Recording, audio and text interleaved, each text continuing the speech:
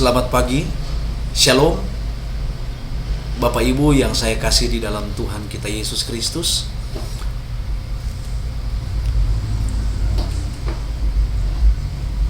Terima kasih atas kehadirannya saat ini. Shalom buat pemirsa yang ada di rumah. Saat ini kami berada di acara siaran pancaran kasih Amurang, Minahasa Selatan. Bapak Ibu yang saya kasih di dalam Tuhan, tentunya saat ini kita sedang berada di akhir dari minggu sengsara, detik-detik di mana Yesus mempersiapkan dirinya. Yesus rela dicaci maki, diludahi, dihina, difitnah, sampai menuju jalan Via Dolorosa. Dan dia rela disalibkan sampai mati di atas kayu salib demi menebus dosa-dosa kita, demi menebus pelanggaran-pelanggaran kita. Tentunya dosa warisan yang diwariskan oleh Adam dan Hawa. Tidak ada jalan lain. Maka Yesus harus memutuskan kutuk dosa itu. Karena kalau kutuk dosa dari Adam dan Hawa tidak diputuskan, maka sampai saat ini kita masih di dalam bayang-bayang keselamatan yang Tuhan sudah janjikan. Oleh sebab itu tidak ada jalan lain. Yesus harus memilih untuk menderita. Bapak Ibu yang saya kasih di dalam Tuhan, di siang hari ini saya rindu kita akan membacakan firman Tuhan yang terambil di dalam Lukas 22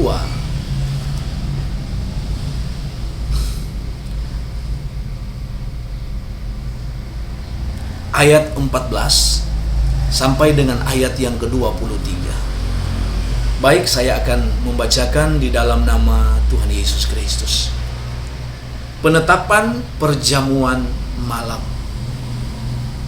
Ketika tiba saatnya Yesus duduk makan bersama-sama dengan rasul-rasulnya, katanya kepada mereka, "Aku sangat rindu makan Paskah ini bersama-sama dengan kamu sebelum aku menderita. Sebab aku berkata kepadamu, aku tidak akan memakannya lagi sampai ia beroleh kegenapannya dalam kerajaan Allah."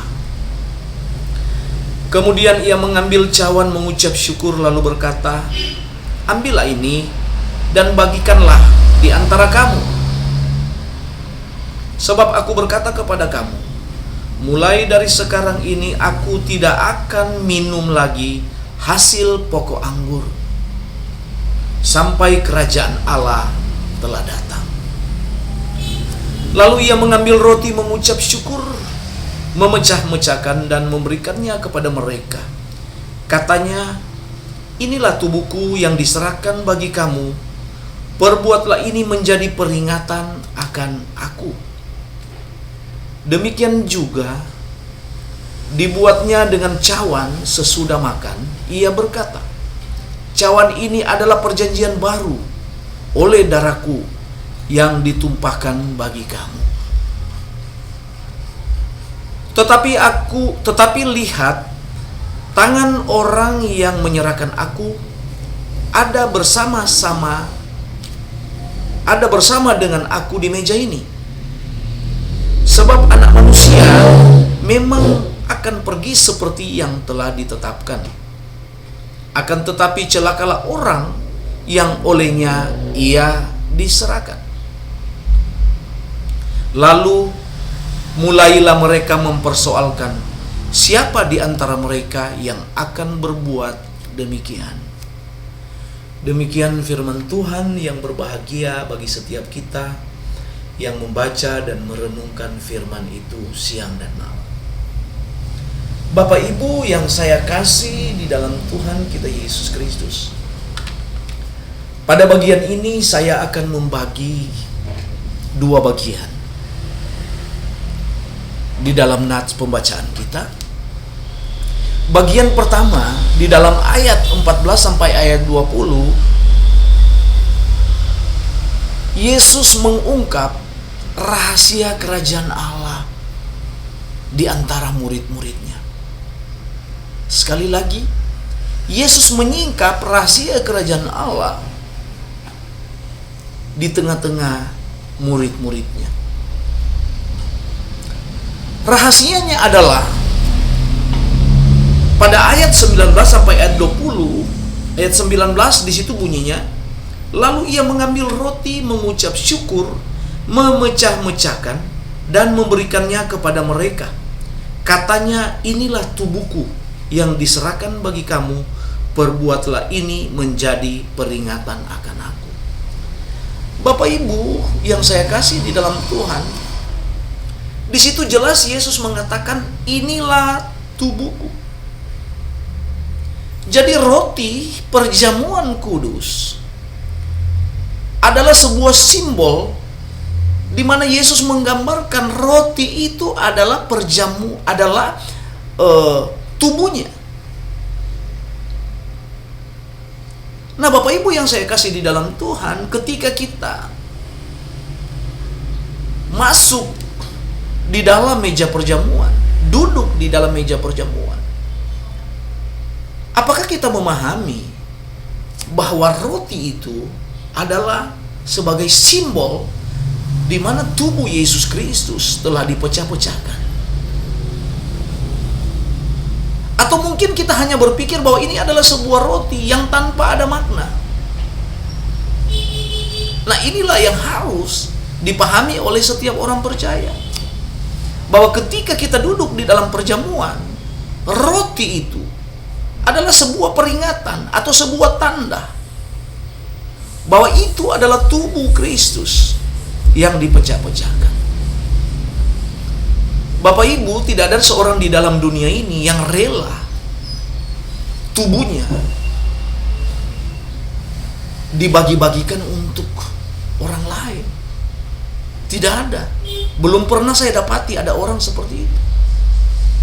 Namun Yesus dengan jelas mengatakan bahwa roti itu adalah sebagai lambang, sebagai tanda bahwa tubuhnya telah dipecah-pecahkan. Tujuannya untuk apa? Supaya kita memperoleh keselamatan. Mari Bapak Ibu yang saya kasih di dalam Tuhan, jangan kita menganggap sepele dengan yang namanya roti yang telah kita makan di setiap perjamuan. Itu adalah ada sebuah makna yang terkandung di dalamnya, di mana pengorbanan Kristus bukan semata-mata pengorbanan yang hanya pengorbanan batin saja atau pengorbanan sakit hati, tetapi pengorbanan yang Yesus lakukan di sini adalah rela mati. Tubuhnya rela dipecah-pecahkan. Itulah yang menjadi perenungan bagi setiap kita, bahwa tubuh yang Yesus serahkan kepada kita adalah tubuh yang menjadi peringatan di mana dosa atau pelanggaran kita telah dibereskan. Lalu di dalam ayat 20 berkata, demikian juga diperbuatnya dengan cawan sesudah makan.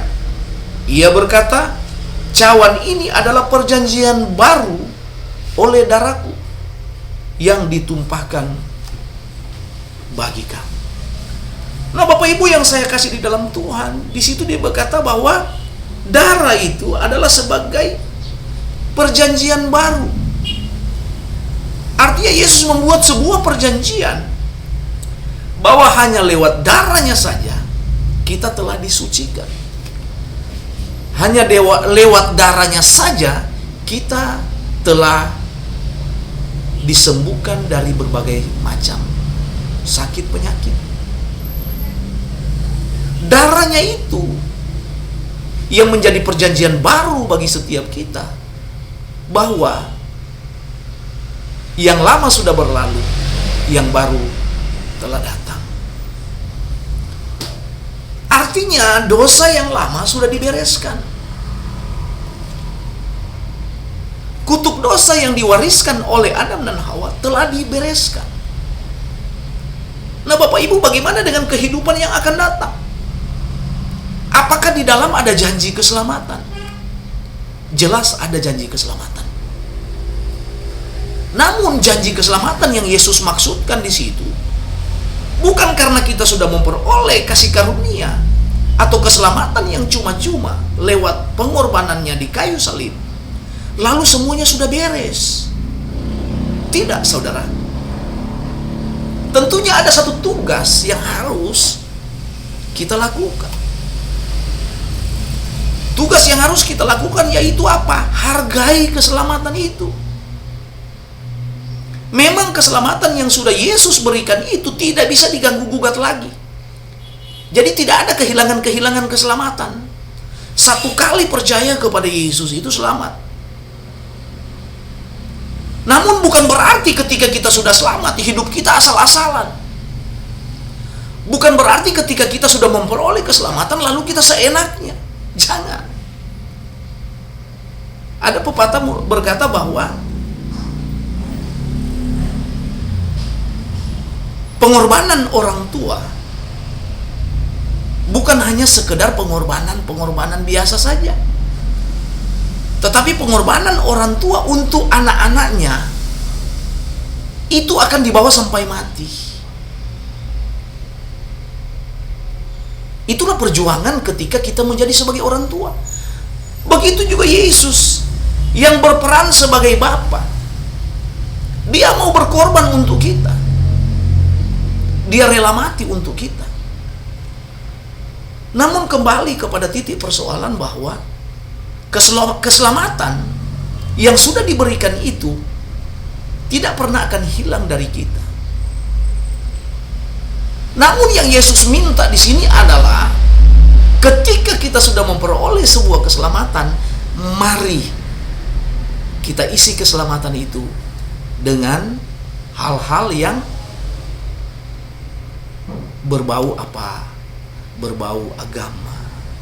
Hal-hal yang apa? Menyenangi hati Tuhan. Jadi kalau kita sudah mendapat keselamatan, lalu kita sudah hidup seenaknya, ini keliru, Bapak Ibu. Jadi berbicara keselamatan itu tidak pernah hilang. Satu kali percaya, selamat. Tetapi ingat, ada tanggung jawab yang Tuhan minta kepada kita. Yaitu apa? Matius 28 ayat 19-20. Pergilah, jadikan semua bangsa muridku, ajar mereka, baptis mereka di dalam nama Bapa, Anak, dan Roh Kudus. Ini jelas, Bapak Ibu yang saya kasih di dalam Tuhan, bahwa ada perintah yang harus kita lakukan, yaitu amanat agung yang sudah Yesus sampaikan.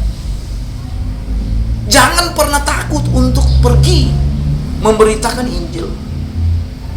Karena di dalam ayat selanjutnya dia berkata, aku akan menyertai kamu sampai pada kesudahan zaman. Berarti kalau Yesus berkata, aku menyertai kepadamu sampai kesudahan zaman, berarti di situ tidak ada yang namanya takut untuk menyampaikan suara Tuhan, takut untuk memberitakan Injil. Bukan seperti itu, Bapak Ibu. Tetapi marilah kita menghargai karya keselamatan yang sudah Yesus berikan bagi setiap kita. Saat ini gereja-gereja sedang mempersiapkan diri untuk memperingati yang namanya Jumat Agung.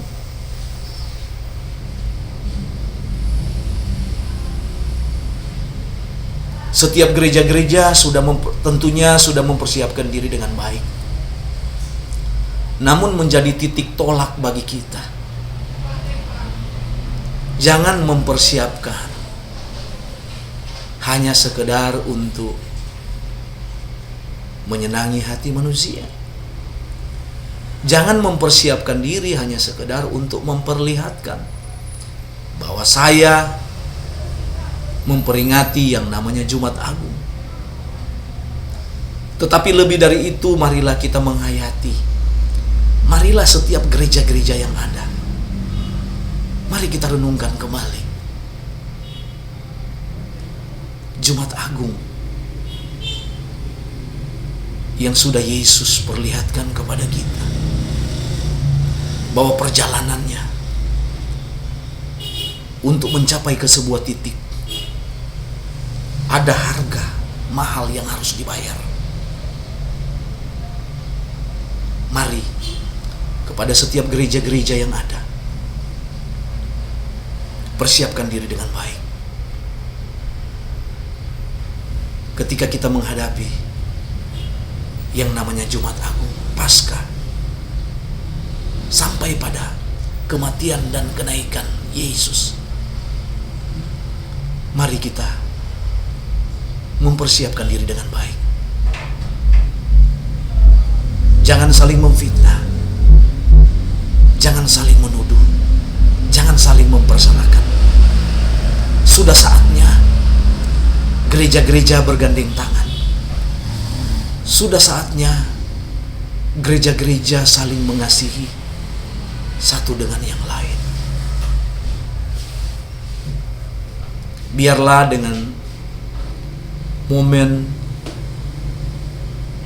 di mana kita akan memperingati Jumat Agung, Paskah, sampai pada kematian dan kenaikan Yesus, kita menghargai sebuah karya itu, bahwa pengorbanan Yesus bukan semata-mata pengorbanan untuk kepentingan dirinya sendiri, tetapi Yesus mau berkorban untuk memperdamaikan antara kita manusia yang sudah berdosa. Dia mau memperdamaikan kita dengan Allah. Kiranya firman Tuhan di pagi hari ini boleh dapat menjadi bekal bagi setiap kita, agar hidup ini tidak sembarangan untuk melangkah. Hidup ini harus betul-betul diekspresikan bahwa kita adalah orang-orang yang sudah memperoleh keselamatan yang didapatkan dengan cuma-cuma lewat pengorbanan Yesus di atas kayu salib. Kiranya firman Tuhan ini tetap terus memberkati kita semua. Shalom, sola gracia.